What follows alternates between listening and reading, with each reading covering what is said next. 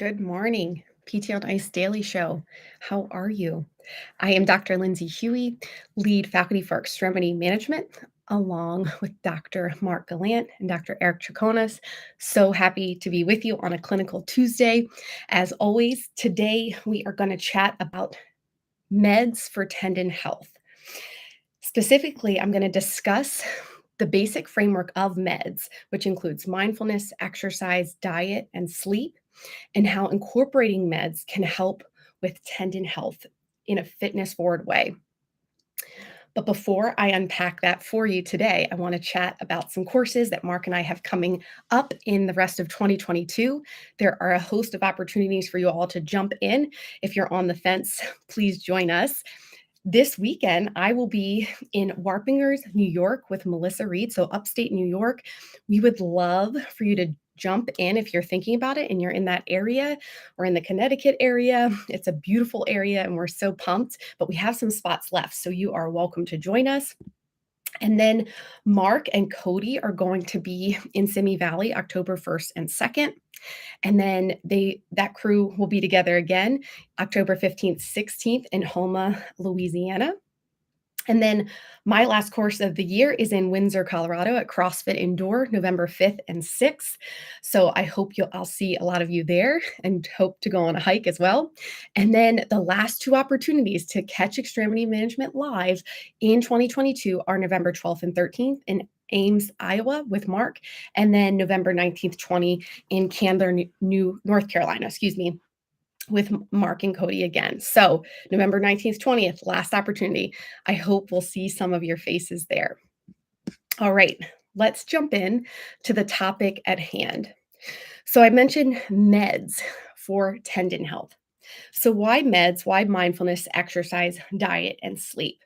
Well, I'm going to unpack why meds after I talk a little bit about tendons.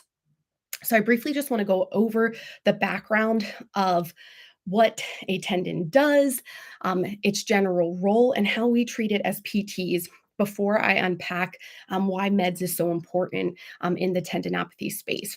If you've been to an extremity management course, you know we talk a lot about tendons because in the extremities, we see a lot of overuse conditions. We dive deep into the pathophys in the course, and that's outside the scope of this morning. But no, if you're wanting to know more, please come to our course. But we talk about the tendon healing continuum, we discuss dosage, and then the best treatment options of tendons. Here, in a nutshell, this morning is what a tendon's purpose is. So let's review that a tendon connects muscle to bone. A tendon's role is to be both physioelastic and mechanoresponsive. And so we have to train in that way. Consider that we use the term tendinopathy purposely because apathy implies disease or disorder of the tendon. We used to think it was mainly inflammatory based. And while there are some inflammatory markers present, we see this being more of a continuum leading to degeneration if unchecked. Why changes like this occur in the tendon is because of a load spike often, where the tissue is pushed past its normal limit in either magnitude, frequency, duration, direction, and or speed. You can also develop tendinopathy because of reductions in load, what we call in the literature stress shielding. So, example, an athlete has an injury and they take off for a few months and then they return to their high competitive training without a gradual return back. And then we see this spike or reactive tendinopathy occurring. So, a change in load, whether it's too much or too little, results in catabolic effects at a cellular level in tendons. If these loads go unchecked, as mentioned earlier, these catabolic effects worsen and then they lead to areas of cell death and degeneration with some inflammatory markers present. Put very simply, a PT's role is in the tendon space to reduce pain, adjust load, and keep that patient active and then functional and getting them back to returning to whatever activity is important to them that they're unable to do because of tendon pain. What we do is we build foundational strength first, which addresses that local tendon and connecting muscle. We treat the kinetic chain and we methodically increase load and listen to that 24-hour pain monitoring. We then intentionally add in energy storage and release, and then speed, which layers in compression and friction to the tendon to fully rehab all the viscoelastic and mechanoresponsive roles of a tendon. And so, in a nutshell, this is best management according to literature. But if we want to do great in this space, we need to do it in a fitness forward way. Our job doesn't stop there in that nutshell that I provided. It's just one part of our care. So, besides managing the spikes in load and pain and function, there's an untapped space in tendinopathy care. And spoiler, the answer is meds. But I want to tell you a little bit more about characteristics we see in tendons and why meds is really the answer here. Two major underlying health factors we consistently see in our humans affected by tendinopathy, and those are metabolic disease and then psychological and psychosocial issues being on board as well in those with tendinopathy. This is a high level review of these two things, but I want to unpack them a little bit. So, again, you can understand the impact of what mindfulness, exercise, diet, sleep can do. So, the metabolic diseases that we commonly see or conditions, we see many humans having diabetes, hypercholesteremia, increased BMI, which comes with increased adiposity, and then insulin resistance and hyperuricemia. So the foods high in purine, like organ meats, game herrings, people that have diets rich in seafood, commonly and beer, that commonly complain of having gout, these kind of humans. And you have that picture in your mind. And specifically, time and time again, and I'm highlighting a study that's from 2013. So we've known this for a while, team, but we just aren't talking about it enough. That diabetes and obesity are the best known factors of tendon degeneration. And then hypercholesteremia and hypercalcemia. I'm saying that incorrectly. I've practiced it several times, but they're frequently associated. And we see this study specifically that I'll post for you later out of the Rheumatology Journal. Diabetes, hypercholesteremia, and obesity all result in the following molecular sequelae. So even though they happen a little differently on a molecular nerdy level, what we see is collagen cross-linking, tenocyte apoptosis, and release of inflammatory cytokines when those three conditions are in a human's body. This leads to an overall low-grade inflammation and then progressive tendon damage. These are subclinical inflammatory levels, though, so it's not going to be necessarily picked up on ESR. This low-grade inflammation, to summarize, leads to that catabolic breakdown, and then we see compromise on a cellular level. A sequelae of increased BMI happens, increased waist girth, and think about the sequelae of that. This leads to further increased loading in magnitude on the tendon. So we have metabolic disease being very common in this space of tendon. Secondly, we see aspects related to psychological and psychosocial of our humans. Just in 2022, the International Tendinopathy Consensus Group out of JOSPT, they sought to find what are these psychological and psychosocial factors that we keep seeing as determinants for health of tendons. Well, they looked at 49 studies in the literature. Most reviewed were rotator cuff tendinopathy, then lateral elbow tendinopathy, Achilles tendinopathy, plantar heel pain, and then gluteal tendinopathy, just so you can consider the specific tendinopathies we're speaking to.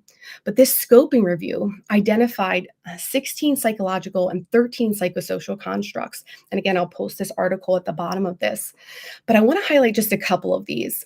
What they saw in people with tendons across the lifespan were high stress, poor self-efficacy, mental health like depression and fear being on board, a lot of pain catastrophizing, and anxiety. They also found work-related factors that interplayed here, where quality of life was reduced, again, depression related to loss of work or how tendon pain impacts work ability. with an associated increased anxiety and fear. So a lot of kinesiophobia on board. So these were those most frequently reported constructs when they looked at the 49 studies as a whole. Team, the untapped area of fitness forward care for tendons is meds because the health factors of metabolic disease and psychosocial and psychological are not being treated as well as they could be. Meds is a concept that we developed at South College and with ICE faculty, Dr. Justin Dunaway and Dr. Jeff Moore, our CEO, and myself and Tim Flynn and some other people from South. And it's this idea and a charge to actually society that if we want to be a health society, right, that we don't want to just treat sick care, we want to spur on well care, we need to do it through meds, which is mindfulness, exercise, diet, and sleep. And I can't think of a better space to tap into this and improve in our humans with tendon disorders because they have those two major things on board consistently. We cannot just treat that tendon locally, the kinetic chain. We can't just load well. We have to treat the ecosystem. And so let me unpack a little bit why mindfulness, exercise, diet, and sleep is really that fitness forward way to treat tendons. When we think about mindfulness, I want you to think about helping patients find a practice to manage their mindset and their stress. And that's going to look different for every patient.